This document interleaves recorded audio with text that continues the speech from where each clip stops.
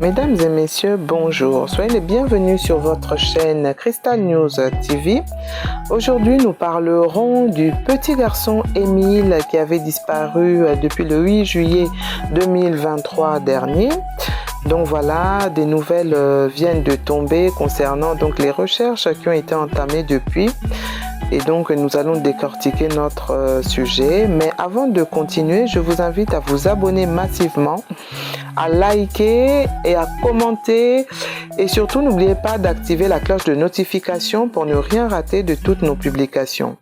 Comme je vous le disais, donc, le petit Émile a été retrouvé, plutôt dirais-je, des os ont été retrouvés à proximité du Haut-Vernay. 30 mars 2024, les analyses menées sur les os ont confirmé l'identité du petit garçon. Selon les informations, c'est une promeneuse qui a fait la découverte d'un crâne et des os en milieu d'après-midi. Donc voilà, ça faisait un moment qu'on attendait d'avoir des nouvelles concernant cette histoire. Et dans son communiqué, le procureur d'Aix-en-Provence confirme que l'IRCGN poursuit les analyses criminalistiques sur les ossements. Et de son côté, la gendarmerie confirme que sur le secteur où les ossements ont été retrouvés, ce secteur a été gelé et des fouilles approfondies vont démarrer.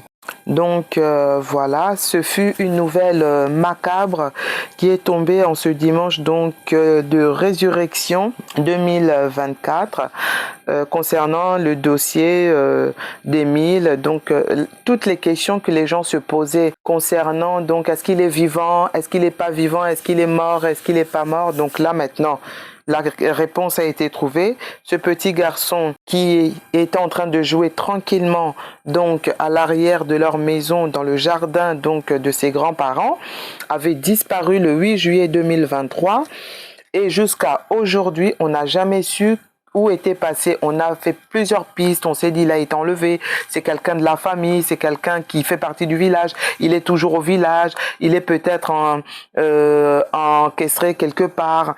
Donc il y a eu plein de choses qui ont été dites et finalement là maintenant on espérait toujours qu'il soit vivant, mais malheureusement voilà. J'ai une pensée toute particulière pour ses parents, mes condoléances à toute la famille. Et vraiment, c'est vrai que ça fait mal. En plus, quand on regarde ce petit garçon, cette innocence, vraiment, c'est cruel de voir des choses comme ça. Donc, voilà. Alors moi, je voudrais interpeller quand même les gens, voilà. C'est-à-dire que même dans notre propre maison, on n'est jamais en sécurité. Donc, c'est-à-dire que là, les grands-parents, ils se sont dit, il est derrière le jardin, tout le monde se connaît, il est en train de jouer, il n'y a pas de souci, tout ça. Il se retourne, l'enfant a disparu. Et la grande question, c'est que s'est-il passé ce jour-là? Donc, ça reste un grand mystère. Et là, bon, voilà, ça restera toujours un grand mystère parce que là, les enquêteurs, ils vont interroger les os. Mais voilà, pour essayer de trouver peut-être des pistes d'ADN, des choses comme ça pour arriver justement au criminel, à la personne qui a fait ça. Mais ça va être très compliqué. Ça va être trop compliqué parce que dans ce village, c'est un village qui a une réputation un peu bizarre. C'est que il y a 20 ans, il y avait déjà un petit garçon qui avait disparu et dont on n'a jamais retrouvé les traces. Donc là, Émile, on a retrouvé les traces. Mais ce petit garçon, on n'a jamais rien retrouvé. On n'a jamais rien su. Il a été, voilà, oups, disparu dans les airs. Voilà, donc après on se demande, voilà, il y a un côté quand même mystique, on se dit, bon voilà, est-ce que il y aurait pas des gens dans ce village qui font quand même des pratiques mystiques? Parce que c'est pas normal que voilà, un enfant qui joue tranquillement derrière la maison dans le jardin, en plus là c'est un petit amont, tout le monde se connaît et tout. Quelqu'un qui irait là-bas, c'est peut-être pour visiter, quelqu'un qui a rendez-vous, parce que en fait, voilà, c'est un cul de chasse et du coup, vraiment c'est difficile de s'y rendre, quoi. Et puis de toute façon, vous serez tout de suite vu par quelqu'un puisque tout le monde se connaît. Donc c'est ça qui est un peu bizarre. Donc faut faire très attention. Moi j'alerte vraiment les parents. Soyez vigilants avec vos enfants. Les parents qui laissent traîner leurs enfants dehors, ils jouent en disant il est juste en bas. Il y a pas mal de choses qui se passent. Le monde est pourri maintenant. Il y a des malades partout. Il y a des enfants qui se font enlever tous les jours. Les parents, faut vraiment être aux aguets. Faut vraiment être aux aguets parce que maintenant on n'est pas prudent, quoi. Même chez soi, on n'est pas à l'abri. Faut jamais perdre de vue votre enfant. C'est-à-dire qu'il est en train, vous sortez, vous voulez que votre enfant aille jouer dehors, je sais pas. Restez avec lui. Ayez un œil sur lui. Parce que même là, ce qui est étonnant, c'est que l'enfant, même s'il jouait derrière le jardin, mais enfin, il a 2 ans, quoi. Il fallait au moins qu'il ait une personne en train de le surveiller. C'est bizarre qu'ils aient laissé l'enfant tout seul comme ça, sans surveillance, parce qu'à 2 ans, en plus, voilà, il avait encore des couches, des choses comme ça. Donc, il n'était pas propre apparemment. Donc, c'est assez bizarre de se dire que, bon, voilà, même si c'était derrière la maison, bah, il fallait ils étaient en famille, c'était réunion de famille. C'est bizarre qu'il soit resté tout seul en ce moment-là. Donc, voilà, moi, je sais pas. Voilà, on a vu pas mal de choses aussi en France. Il y a pas mal de choses qui se passent. Hein. Il y a des gens, par exemple, qui tuent aussi leurs femmes et tout, qui disent que voilà. On a eu un mari comme ça qui avait tué sa femme et qui disait que non, elle était partie laisser l'enfant à l'école. Il est revenu. Elle était tranquillement là en train de prendre un café. Lui, il était dans la cuisine. Il se retourne, il n'y avait personne, alors que c'est lui-même qui avait tué sa femme. Il a simulé ça par un enlèvement et les enquêteurs, au fur et à mesure, ils ont découvert que c'était lui, il a avoué. On a eu aussi l'autre là qui avait tué sa femme et qui disait que voilà, sa femme, elle s'était enfuie la nuit. Jonathan, je ne sais pas quoi, qui pleurait tous les larmes de son corps. Et finalement, au fur et à mesure, on se rend compte qu'en fait, c'est lui-même qui avait tué sa femme, Alexia, et qu'il avait même brûlé. Alors que les parents, ils étaient là, les beaux-parents, ils étaient là en train de consoler le pauvre et tout, qui pleurait les sanglots de son corps. Et finalement, c'était lui l'assassin.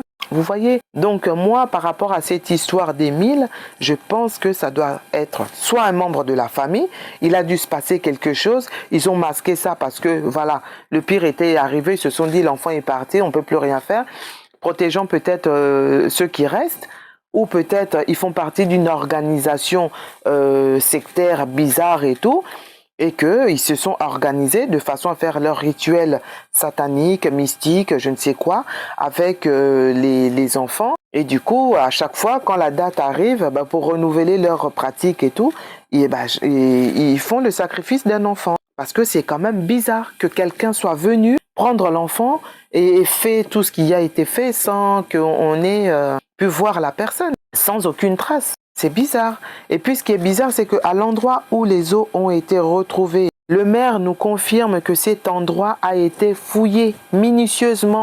Donc c'est quelqu'un qui a fait ça et qui a pris les os, qui est venu les déposer à l'endroit où ça a été retrouvé, tout simplement.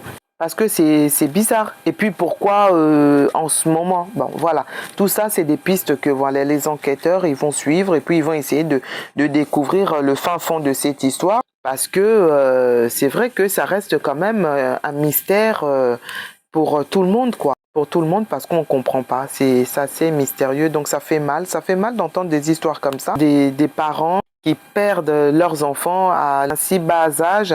Et c'est difficile après, surtout là, je crois que c'est leur premier enfant. C'est difficile de faire le deuil pour rebondir et puis retrouver la force. Bon, apparemment, c'est des croyants. Bon, s'ils sont croyants, bah, seul Jésus-Christ peut soulager, peut enlever ce mal et voilà, puisse Dieu leur faire la grâce d'avoir d'autres enfants. C'est vrai qu'un enfant ne remplace pas un autre, mais au moins, voilà, pour essayer de diminuer la douleur. Essayer de diminuer la douleur, mais c'est vrai que c'est difficile, c'est vraiment difficile. Donc voilà, mes chers abonnés, moi je voulais partager avec vous cette histoire d'Émile qui a touché toute la France, qui a vraiment été une histoire bizarre parce que jusqu'au bout du bout, on a espéré qu'il était vivant. Jusqu'au bout du bout, on a espéré qu'il était vivant. Et puis, coup bas, chapeau aux enquêteurs qui n'ont jamais rien lâché, à la gendarmerie qui a toujours été là. Voilà, c'est vraiment la population aussi qui a toujours soutenu. Vraiment, un grand merci à tout le monde. Malheureusement, bon, la vie est comme elle est. On ne peut pas gagner à tous les coups.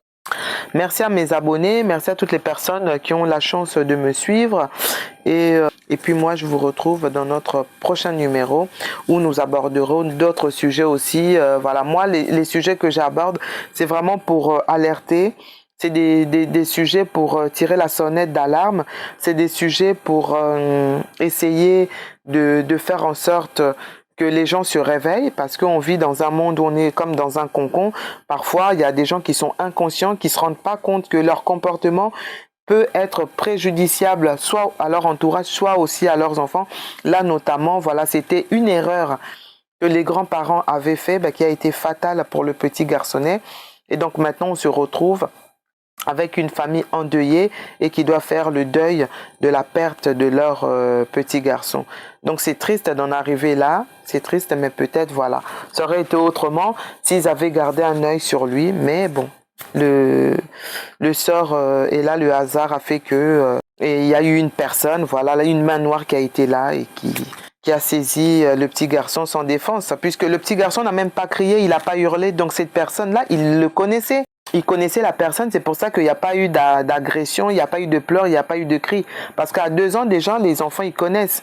Donc, ça a dû être un visage familier. Et donc, malheureusement, comme on dit, il faut vraiment tirer les oreilles des enfants en disant que même une personne que vous connaissez, qui veut te donner un truc, qui veut t'emmener quelque part, qui veut faire je ne sais quoi, faut appeler les parents, faut alerter les parents et il faut être vigilant sur ça. C'était le partage du jour. Je vous dis à très bientôt. Avant de nous quitter, je vous invite à vous abonner massivement, à partager la vidéo, à liker, à vous les claviers, donnez vos suggestions, commentez. Et moi, je vous retrouve dans notre prochain numéro pour de nouvelles histoires. Je vous dis bye bye. Merci.